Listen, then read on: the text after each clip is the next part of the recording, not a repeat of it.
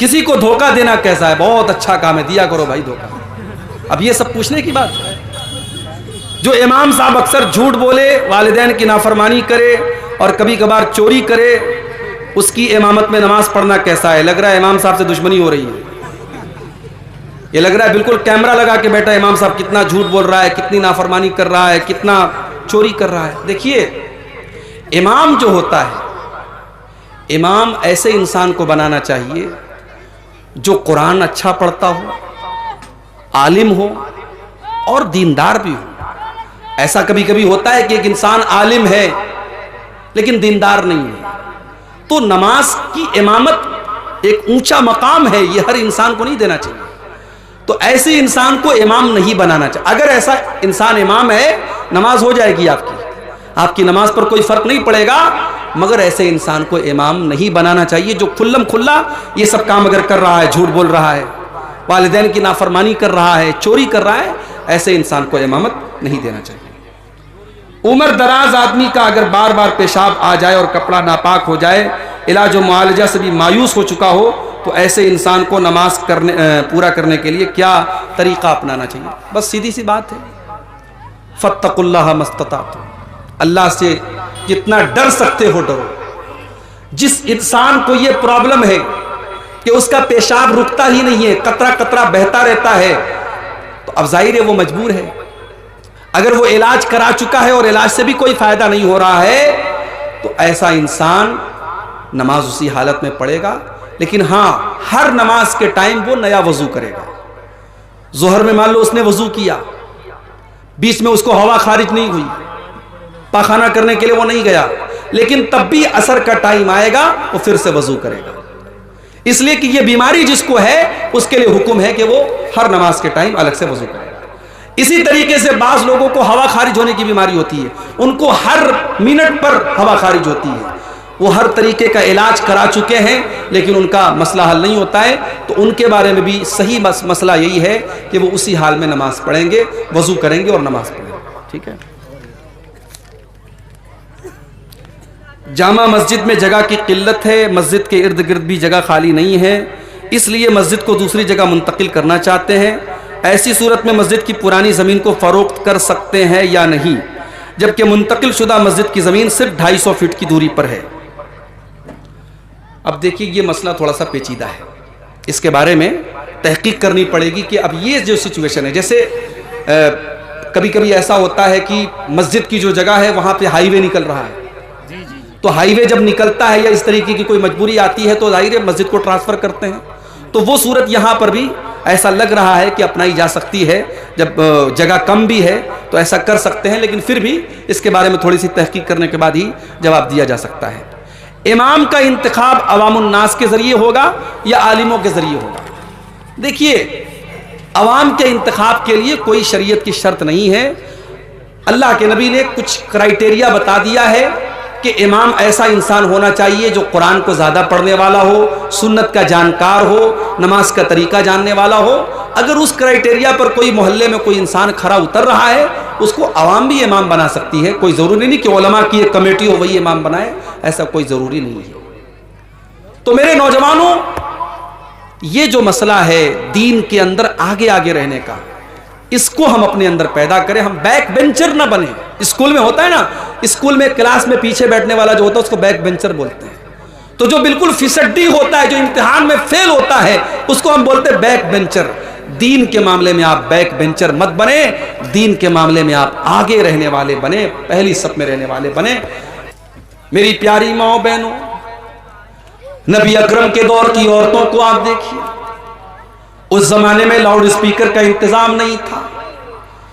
अल्लाह के नबी तकरीर करते थे, आमतौर से मर्दों के बीच में तकरीर करते थे, औरतों के दरमियान आपका बयान नहीं होता था। एक मर्तबा कुछ औरतें आई, अरे अल्लाह के नबी, मर्द लोग आपकी बातों को सुनते हैं, हम औरतों को तो आपकी बात सुनने को नहीं मिलती है। अरे अल्लाह के नबी, आप हफ्ते में एक दिन हमको भी दीजिए ताकि हम भी दीन की बातें आपसे सुना करें। नबी अकरम ने देखा कि इन औरतों के अंदर दीन को सीखने की तड़प मौजूद है, आपने अलग से हफ्ते का एक दिन औरतों के लिए तय कर दिया। हमारे यहां जलसे में आपने औरतों का इंतजाम किया है, लेकिन मस्जिद में जुमा में होता है इंतजाम आपके यहाँ? जुमा में नहीं है, नहीं है। तरावी है। तरावी छोड़ दीजिए, तरावी तो साल में एक बार होती है ना। जुमा में क्यों नहीं है? बंगाल में भी मैं गया, बंगाल में लोगों ने बताया मौलवी साहब हमारे यहाँ ज्यादातर मस्जिदों में औरतों का इंतजाम जुमा में नहीं होता है। यहाँ तो होता ही नहीं। अफसोस है मेरे भाई। 100 का 100 नहीं। आप अहले हदीस हैं ना, माशाअल्लाह। शेरशाबादी बरादरी ही के लोग होंगे यहाँ पे। जी जी जी, हम लोग शेरशाबादी हैं। शेरशाबादी बरादरी पूरी की पूरी अहले हदीस मानी जाती है। क्या अहले हदीस आप हैं? आपके यहाँ की औरतों को दीन कौन सिखाएगा? मौलवी साहब हफ्ते में एक दिन तकरीर करते हैं, आधा घंटा दीन की बात बताते हैं, आप हजरत सुन के चले आते हैं। घर की औरतों को कौन बताएगा? आज हमारे घर की औरतों को बिगाड़ने वाली हजारों चीजें हैं। फेसबुक है, सोशल मीडिया है, इंटरनेट है, तमाम दुनिया भर की चीजें हैं। उनको दीन सिखाने के लिए साल का एक जलसा काफी नहीं है, और जलसे में भी बेचारी आती है, तकरीर कम सुनती है, शॉपिंग ज्यादा करती है। बच्चों को लेके घूम रही है, टहल रही है, कोई उधर भाग रही है, कोई उधर भाग रही है। आप जुमा की नमाज में औरतों के लिए इंतजाम कीजिए, मेरे भाई इंतजाम कीजिए। आप नबी अकरम के दौर की औरतें आकर के डिमांड करती हैं, अरे अल्लाह के नबी आप हमारे लिए इंतजाम कीजिए, हमें दीन की बातें सुनाइए। और अगर आपने ऐसा इंतजाम नहीं किया, हालात बहुत बुरे हैं मेरे भाई। आज मुसलमान लड़कियां गैरों के साथ भाग रही हैं, फरार हो रही हैं, मुर्तद हो रही हैं, इस्लाम को छोड़ रही हैं, और हमारा आपसे तमाशा देख रहे हैं। अपनी औलाद को संभालिए, अपने बच्चों को संभालिए, अपनी औलाद को दीन की तालीम दीजिए, वरना पछताना पड़ेगा। अपने बच्चे और बच्चियों को जिस तरीके से आप स्कूल की और कॉलेज की तालीम देते हैं, उसी तरीके से दीन की तालीम दीजिए। उन्हें इस्लाम के बारे में बताइए, उन्हें तौहीद के बारे में बताइए, वरना आगे चल करके 10-15 साल के बाद जो हालात होंगे, हर घर और हर खानदान में इस तरीके के केस होंगे, फिर आपके पास हालात को कंट्रोल करने का कोई रास्ता नहीं। नेकी के मामले में आगे बढ़िए, पीछे मत रहिए। हजरत अमर बिन जमू रज़ी अल्लाह तआला अन्हु बूढ़े साहबी अल्लाह की राह में जिहाद करने की वजह से उनकी दोनों टांगे खराब हो चुकी हैं। उम्र भी 70 साल के पार हो चुकी है। जब एक जंग का मौका आता है, अल्लाह के नबी के पास उनके 4 बेटे हैं। उनके चारों बेटों ने अपना नाम लिखवाया। हजरत अमर बिन जमू ने कहा कि अल्लाह के नबी मेरा भी नाम लिख लीजिए। बेटों ने कहा बाजान आपने सारी जिंदगी इस्लाम की खिदमत की है, आपकी दोनों टांगे इसी में खराब हो चुकी हैं। अरे अब्बा जान हम आपकी तरफ से जा ही रहे हैं, आपके 4 बेटे अल्लाह की राह में जा रहे हैं। अरे अब्बा जान आप घर में आराम कीजिए, आपकी जरूरत नहीं है। बाप ने कहा नहीं, ठीक है मैं लंगड़ा हो चुका हूं, ठीक है मेरी टांगे काम नहीं कर रही हैं, मगर मेरे बाजुओं में आज भी ताकत है, मैं दुश्मनों के छक्के छुड़ा सकता हूं, मैं अल्लाह की राह में जिहाद करना चाहता हूं। तुम कौन होते हो मुझे रोकने वाले? बाप इसरार कर रहा है, बेटे मना कर रहे हैं। मामला अल्लाह के नबी के पास आता है। बेटे कहते हैं अल्लाह के नबी मेरे बाप को समझाइए, उनको बताइए, वो तो बूढ़े हो चुके हैं, उनकी दोनों टांगे काम नहीं कर रही हैं। अल्लाह के नबी ने हजरत अमर बिन जमू से कहा कि आप मत जाइए, आपको जरूरत नहीं है। कहा अल्लाह के नबी मैं चाहता हूं कि मैं इस जंग में जाऊं और मैं शहीद हो जाऊं और मैं अपनी इन्हीं लंगड़ी टांगों के साथ मैं जन्नत में चला जाऊं। नबी अकरम ने उनका जज्बा देखा, उनके दिल का जज्बा देखा। आपने बेटों से कहा जाने दो, इनको अल्लाह की राह में जाने का शौक है, इनके अंदर जज्बे जिहाद है, इनको रोको मत, इनको जाने दो। चुनांचे जंग होती है और हजरत अम्र बिन जमू अल्लाह की राह में जिहाद करते हुए उसी हालत में शहीद हो जाते हैं। ये थे नबी के सहाबा, नेकी के मामले में आगे आगे रहने वाले। हम और आप नेकी के मामले में पीछे रहते हैं, इंतजार में रहते हैं कि हमें कोई जब मोटिवेट करेगा, जब कोई कहेगा तब हम ये काम करेंगे। मेरे प्यारे साथियों, नेकी के मामले में आप आगे बढ़िए। नबी अकरम के सहाबा को आप देखिए। अब्दुल्लाह बिन मसूद रज़ी अल्लाह तआला अन्हु बहुत बेहतरीन कुरान पढ़ा करते थे, इतना अच्छा कुरान पढ़ते थे कि एक मरतबा अल्लाह के नबी रास्ते से जा रहे थे, अब्दुल्ला बिन मसूद के कुरान की तिलावत की आवाज आपके कानों में पड़ी, आपने फरमाया जिसको कुरान बिल्कुल ताजा ताजा सुनना हो वो अब्दुल्ला बिन मसूद के मुंह से कुरान सुन ले। आज है आपके दरमियान ऐसे कुरान पढ़ने वाले हैं? कुरान पढ़ने वाला कोई होता भी है तो उसके फटे कपड़ों की वजह से हमें लगता है ये मदरसे में पढ़ने वाला बच्चा है, हम उसको हकारत की नजर से देखते हैं। स्कूल में टाई और पैंट और कोट पहन करके जाने वाला हमें अच्छा लगता है, और मदरसे में फटा पुराना कपड़ा पहन करके पढ़ने वाला, दिन भर कुरान की तिलावत करने वाला हमें बुरा लगता है। मेरे प्यारे साथियों, उस स्कूल के सूटेड बूटेड बच्चे से बेहतर है उस मदरसे में पढ़ने वाला मैला कुचैला कपड़ा पहन करके दिन रात कुरान पढ़ने वाला। इसलिए कि अल्लाह के नबी फरमाते हैं खैरुकुम मन तअल्लमल कुरान व अल्लमहु, तुम में सबसे बेहतरीन इंसान वो है जो कुरान को सीखता है और सिखाता है, कुरान को पढ़ता है और पढ़ाता है। अब्दुल्ला बिन मसूद इतना अच्छा कुरान पढ़ते थे, अल्लाह के नबी ने फरमाया कि जिसको सुनना हो कुरान बिल्कुल तरोताजा, वो अब्दुल्ला बिन मसूद के मुंह से कुरान सुने। जब अल्लाह के नबी ने ये बात बयान की, हजरत उमर फारूक के दिल में ख्याल पैदा हुआ कि ये बात अब्दुल्ला को बतानी चाहिए। उन्होंने रात के 12 बजे, आधी रात को उन्होंने जाकर के अब्दुल्ला बिन मसूद के दरवाजे को खटखटाया। अब्दुल्ला बिन मसूद ने दरवाजा खोला, देखा हजरत उमर आए। क्या बात है, उमर क्यों आए हो?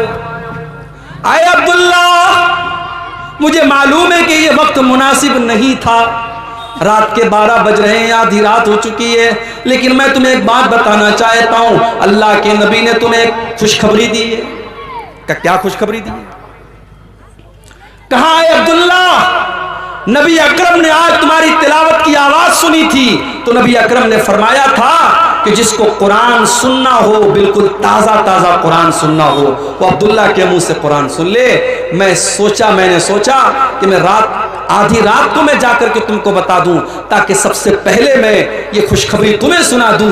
एक मुसलमान को अच्छी खबर देने में भी सवाब मिलता है, मैं ये खबर तुम्हें सुनाने आया। हजरत अब्दुल्ला ने कहा कि आपने थोड़ा सा लेट कर दिया, थोड़ा सा आपने डिले कर दिया, थोड़ा सा लेट कर दिया।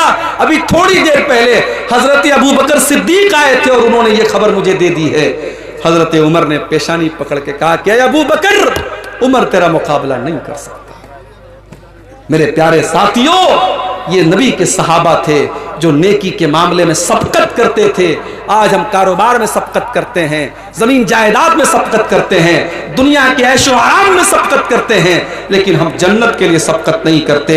सूरह आले इमरान की आयत हमें यही मैसेज दे रही है, वसारिउ इला मगफिरतिन मिर रब्बिकुम व जन्नतिन, मेरे बंदो तुम अल्लाह की जन्नत को पाने के लिए और अल्लाह की मगफिरत को पाने के लिए जल्दी करो।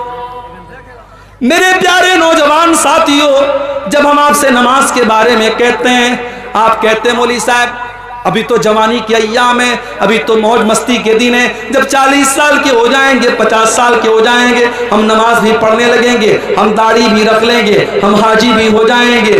कौन गारंटी लेगा, कौन गारंटी लेगा कि आप 50 साल तक जिंदा रहेंगे, 60 साल तक जिंदा रहेंगे? एक एक्सीडेंट आपकी जिंदगी बदल सकता है, एक हादसा आपको खत्म कर सकता है, एक बीमारी आपको बर्बाद कर सकती है। मेरे प्यारे नौजवान साथियों, वमा तदरी नफ्सुम माज़ा तक्सिबु गदा, कोई नहीं जानता कि कल उसके साथ क्या होने वाला है। इसलिए कल न कर, कल का कोई भरोसा नहीं, कल तो कल एक पल का भरोसा नहीं, फिक्र उक़बा की कर आज ही बेखबर, फिक्र उक़बा की कर आज ही बेखबर, कल न कर, कल का कोई भरोसा नहीं, कल तो कल एक पल का भरोसा नहीं। कर इबादत खुदा की जवानी में तू,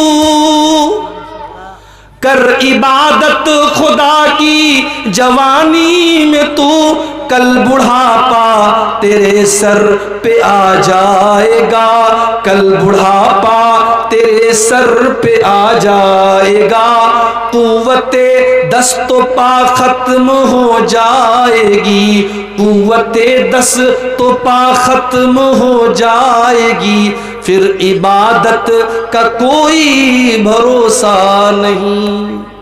कल का कोई भरोसा नहीं है मेरे नौजवान साथियों। नेकी के मामले में सबकत करो, मिसाल दे दुनिया कि हाँ ये लड़का नेकी के मामले में आगे रहता है। मस्जिद में नमाज पढ़ने जाओ तो पहली सफ में रहो, इबादत के मामले में सबकत करो।